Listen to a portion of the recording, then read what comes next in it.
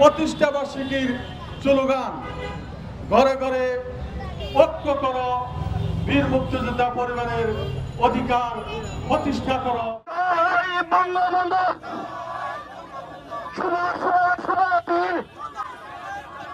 মুক্তিযোদ্ধা সন্তান সংসদের জন্মদিন, আজকে মোদের খুশির দিন, শুভ শুভ শুভ দিন।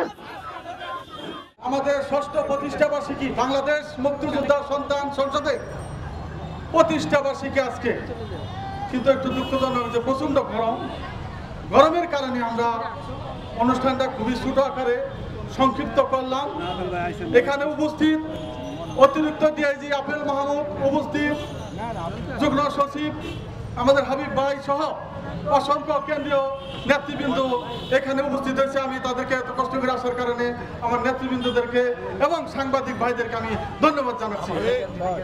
আজকে আসলে বক্তব্য বেশি দিব না, শুধু এটুকুই বলবো যে বাংলাদেশ মুক্তিযোদ্ধা সন্তান সংসদ গঠন হয়েছে বীর মুক্তিযোদ্ধা পরিবারের পাশে দাঁড়ানোর লক্ষ্যে এবং বঙ্গবন্ধু পরিবারের হাতকে শক্তিশালী করার লক্ষ্যে মানব সেবা ঘরে ঘরে পৌঁছে নেওয়ার যাওয়ার লক্ষ্যে বাংলাদেশ মুক্তিযোদ্ধা সন্তান সংসদ প্রতিষ্ঠিত হয়েছে।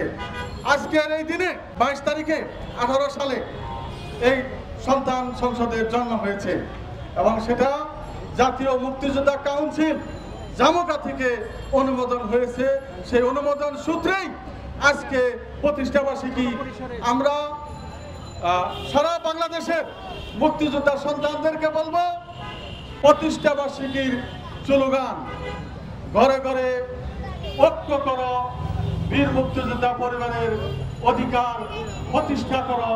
আজকে ষষ্ঠ প্রতিষ্ঠা বার্ষিকীতে বাংলাদেশের প্রত্যেকটি জেলায় উপজেলায় বাংলাদেশ মুক্তিযোদ্ধা সন্তান সংসদের প্রতিষ্ঠা বার্ষিকী পালন হচ্ছে। বাংলাদেশের যে কোনো অঞ্চলে যে কোনো মুক্তিযোদ্ধার শরীরে যদি কোনো আঘাত আসে, আমরা এখান থেকেই সেটা দমন করতে সক্ষম হয়েছে।